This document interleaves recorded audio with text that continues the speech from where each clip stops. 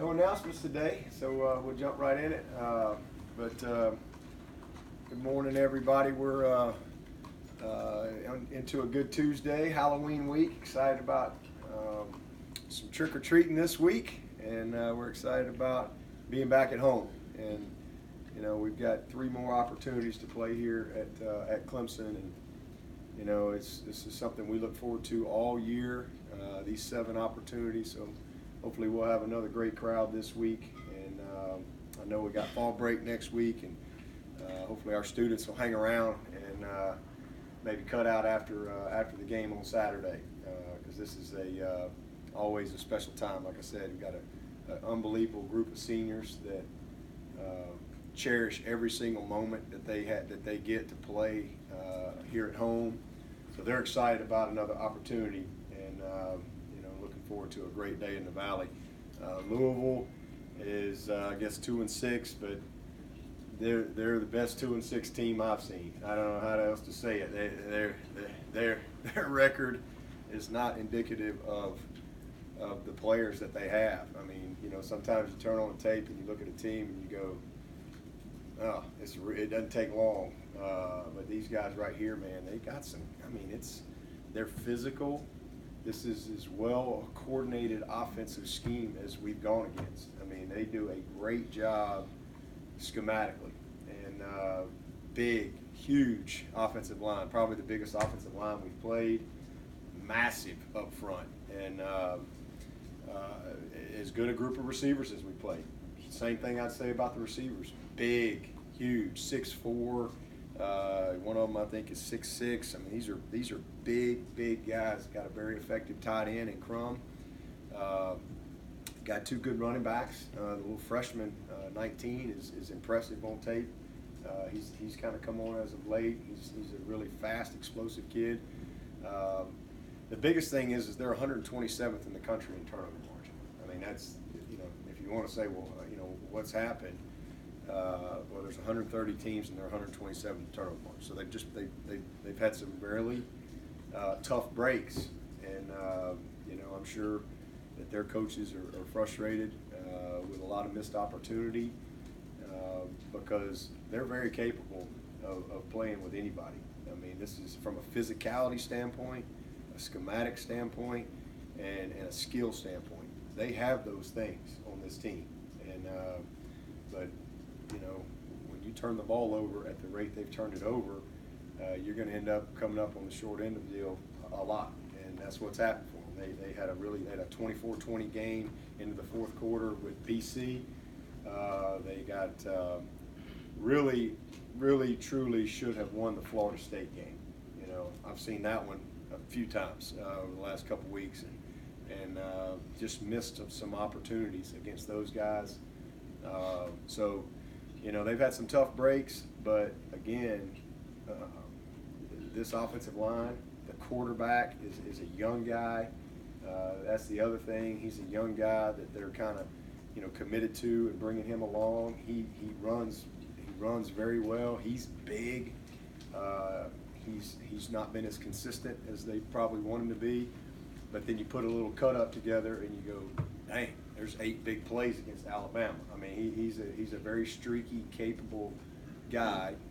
So, you know, we expect a challenge and a big time battle from a physical standpoint. We're going to have to really play well defensively and have the right mindset to take on the type of scheme that they present. You know, all the boots and crossers and the down and arounds and G schemes. I mean, they come right at you, and it's well coordinated. All the stuff that comes off of it. A bunch of shots down the field.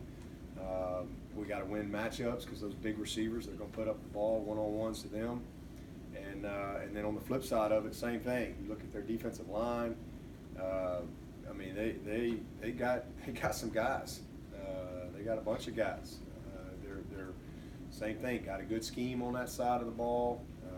They're aggressive, and you know, they've had some short fields that they've had to deal with along the way. But you know, this is not a 2-6 football team. You know, that's what their record is, but that's not indicative of the type of talent that they have on this team. And so for us, it's about being locked in. They're one of the better punt returners again. It's just being locked in, to continue to build momentum and confidence in what we're trying to do, trying to play our best game each and every week, kind of competing against ourselves to see if we can, be consistent and put, our best 4 quarters. Hey, last week was great, but can we be consistent? Can we clean up some of the mistakes from last week? Can we continue to win the turnover margin? Can we continue to make a difference in special teams? Can we finish the big plays when they present themselves? Can we cut out? We had a couple busts last week. So there's just so many things that we have to focus on, and we're excited to have opportunity to play. So looking forward to practice today, getting back out there. Good tough Tuesday practice. Today will be a tough practice because again, the way their style of play, you better have your mind right, because if not, they can embarrass you, pretty quick with their style. But as far as our team goes, I like where we are. I think that we've got a healthy team. We've got a confident team. We've got a team that's got good momentum right now. But more importantly, we've got great leadership, and we've got a team that is very, very focused. And I think that serves us well as we enter into what we call our championship phase of our journey for this year. We work all year. We started last January, and now here we are, and we're rolling into November, and we're right where we want to be. We got a lot of opportunity. We really have only achieved one goal. We won the opener, and this phase of our season presents a lot of opportunity for us. But you gotta put your best foot forward every single week, every single play. High sense of urgency, attention to details. Continue to prepare with purpose every day, and I've seen that in our guys. So excited about getting back to work today, and looking forward to a great day in the Valley Saturday. Coach, the Tigers will run down the hill for the 400th time on Saturday. How special is that to be a part of for these players? Yeah, it's pretty cool. I saw that last night, the radio show. They had that in the notes there, but that's pretty amazing. It really is. And you sit down and you think about that tradition and all the players who've come through here that have they tell their kids and their grandkids about that opportunity, and to know that we get a chance to be a part of that 400th one. It's pretty cool. It's pretty cool. What are the status of the red shirts, guys, that you're trying to hold out for next year? Are there anything you're going to pull them, or are you able to hold them all? Say that one more time. What's the status on all the red shirts? Oh, the status. I thought you said the stats. Okay, the no. status. No. Well, the only one right now is KJ that I think we've used all 4 games with. I think he's the only one that we know we're trying to hold, and it's really what he wants to do, and we're in a position to be able to do that right now, unless something changes. So we get down the road and have a change or two, then we might have to revisit that. But right now, he's the only one that we've burned all 4 games. Everybody else is still in a good spot, and I think we've gotten most all of them in at least one game.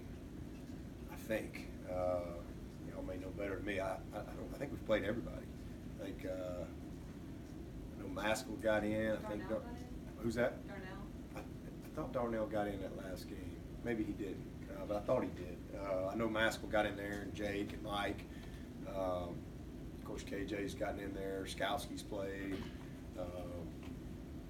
McFadden's played. Who else might have in there? But most of those guys have gotten in a little bit. But we'll see how it goes down the stretch, and if we have more opportunity. But I think postseason is where because you can have injuries and all those type of things. But where we are right now, we've got 4 games left. So I think we're in a good place with all those guys. Dabo, it's been said over the years that kind of guys sometimes have built up to kind of a breakout performance. Is that kind of the case with Amari this week? I know he's been consistent in the punt game, but just the big numbers he put up in the past game. Yeah, and he's been consistent really all around, offensively, really all year. and but he just hadn't had that big explosive play. He had Texas A&M had a big touchdown, hit and go, but that was a huge game for him. Just the yards after the catch. He led our team in that. Two great plays. But definitely one of those games that can kind of give you a big boost, as you're going into game 9 here. So I was really happy for him, and had a great all-purpose day. So he's a good football player, man. He's a very well-rounded player. Can do a lot of things for us. He was saying that he's been